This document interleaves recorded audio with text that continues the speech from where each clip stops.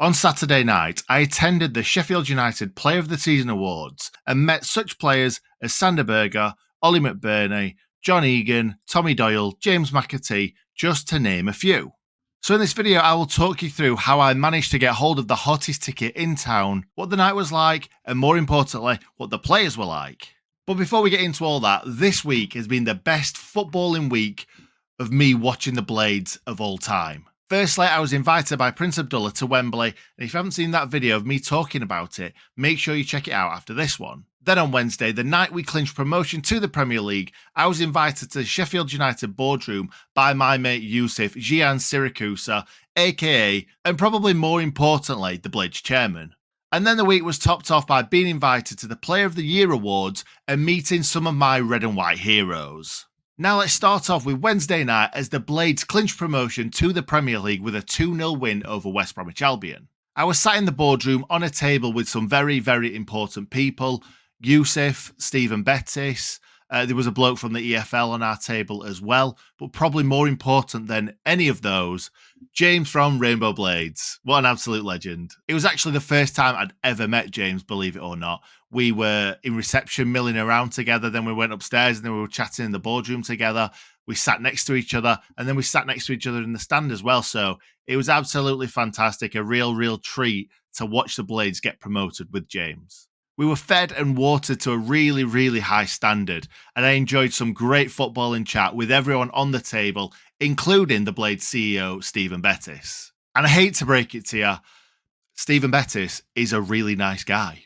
We watched the game on padded seats, and they weren't just padded, they were also heated seats as well. So that was great, but I only found out at half time. Mine wasn't on, James's was on, and he was like, did you not know they were heated seats? I'm like, no, of course not. I've had a freezing bum for the first half, but it was Stephen Bettis that told me about it at half time. So, see, nice guy. We obviously won the game quite comfortably in the end and enjoyed the game from, I would have to say, the best vantage point in the ground.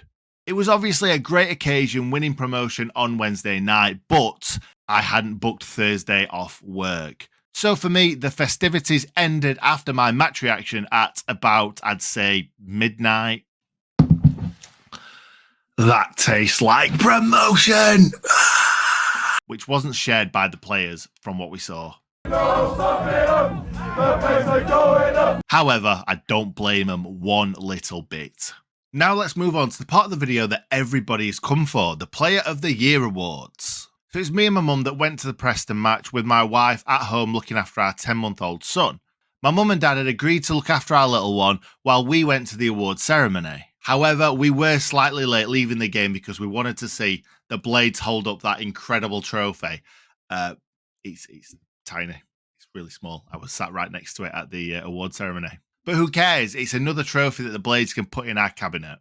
We were invited by Dean, who runs the business DSM Roofing, and they've been a sponsor of Sheffield United for a very long time. And really, Dean has become a very good mate this season. Anyway, our table was right at the front, to the right of the stage as you look out from the stage, which has seen me get my big head in lots of Blades social media videos from that night. Mostly as when James McAtee and Tommy Doyle picked up their respective awards, I was there on the end of the table to shake hands with both of them and say, well done, because, well, why not?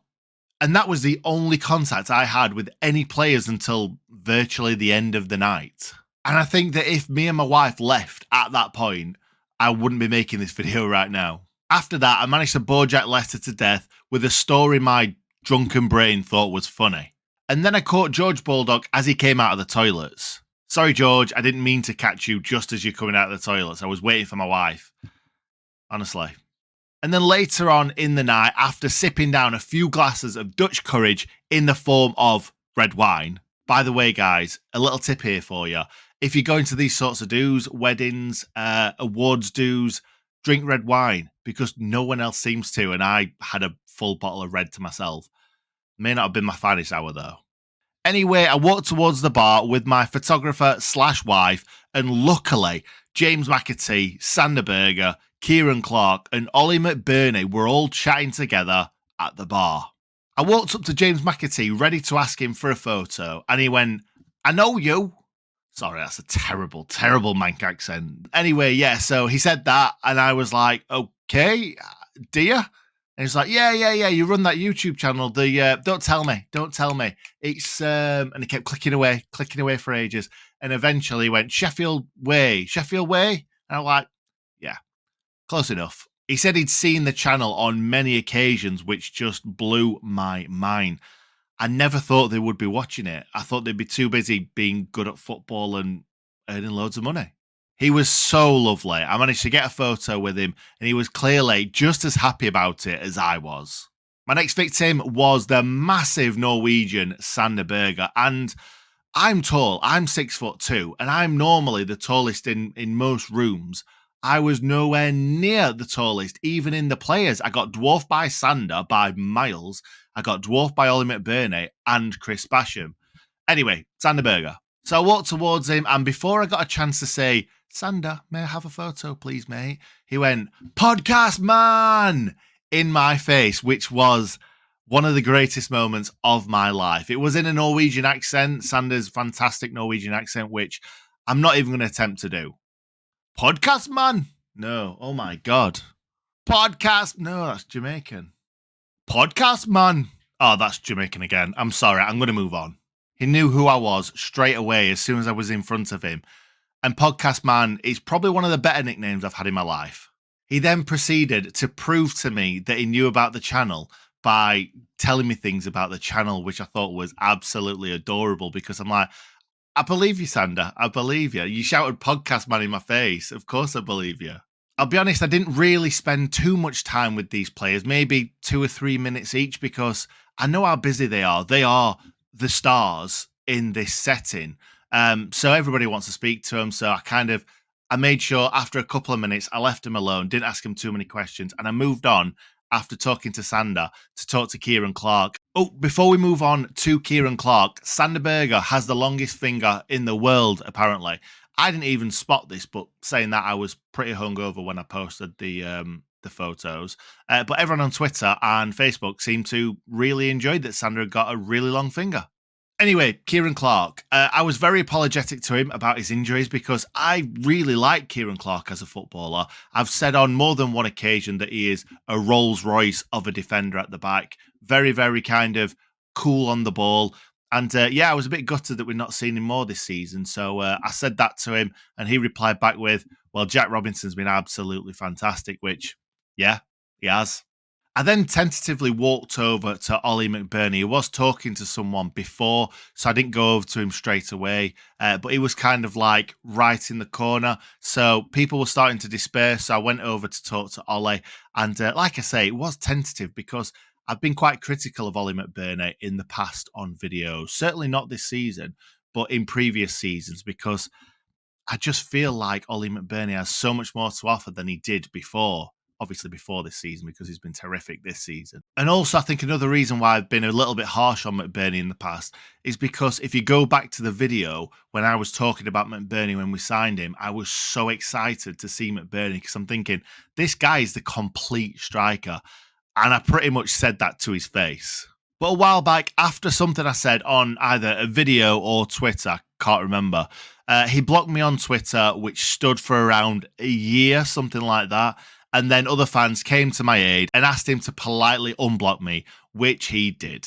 So I walked over to him, asked him for a photo, and then he replied back with something that made me think that he'd watched the channel before.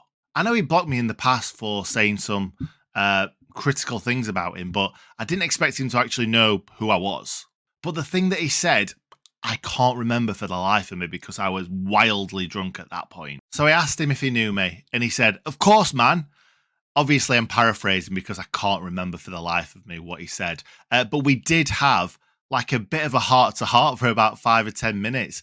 Me telling him that I didn't mean to be horrible to him. I was just being critical because I expect so much more from him. Because, like I said, I was like, you're big, you're strong, you got great feet, you're a good finisher. Like, I was just waxing lyrical about him, but I believe it all. And I said to him, I'll never say anything that I don't mean. But for him to give up 5 to 10 minutes of his time for a fan talking about him and him explaining to me why he's not been playing so well, why he's playing better this season. It's just fantastic. He didn't need to tell me all of those things, but he did.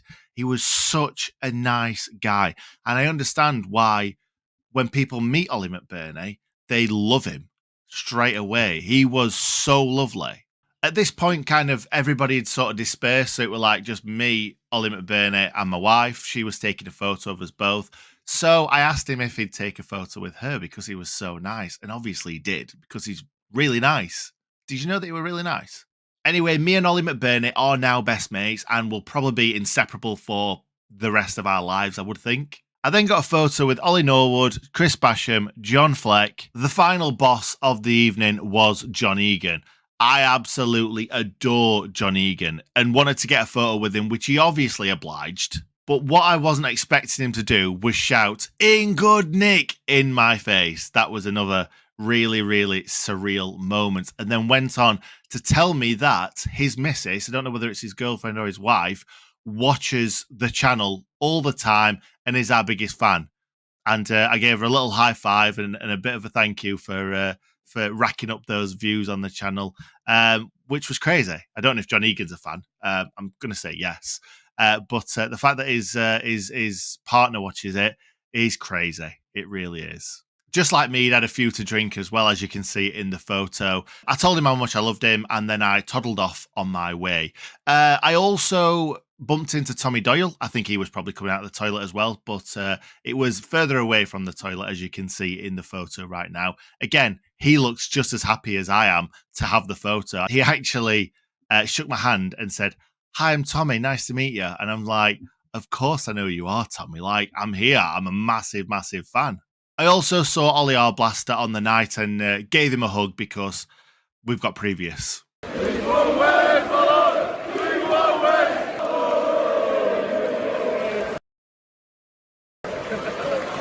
And that was all she wrote, really. Early on in the night, Yusuf came over as well, I forgot to mention, and came to our table, gave us a hearty handshake, and just said, "It's nice to see you all."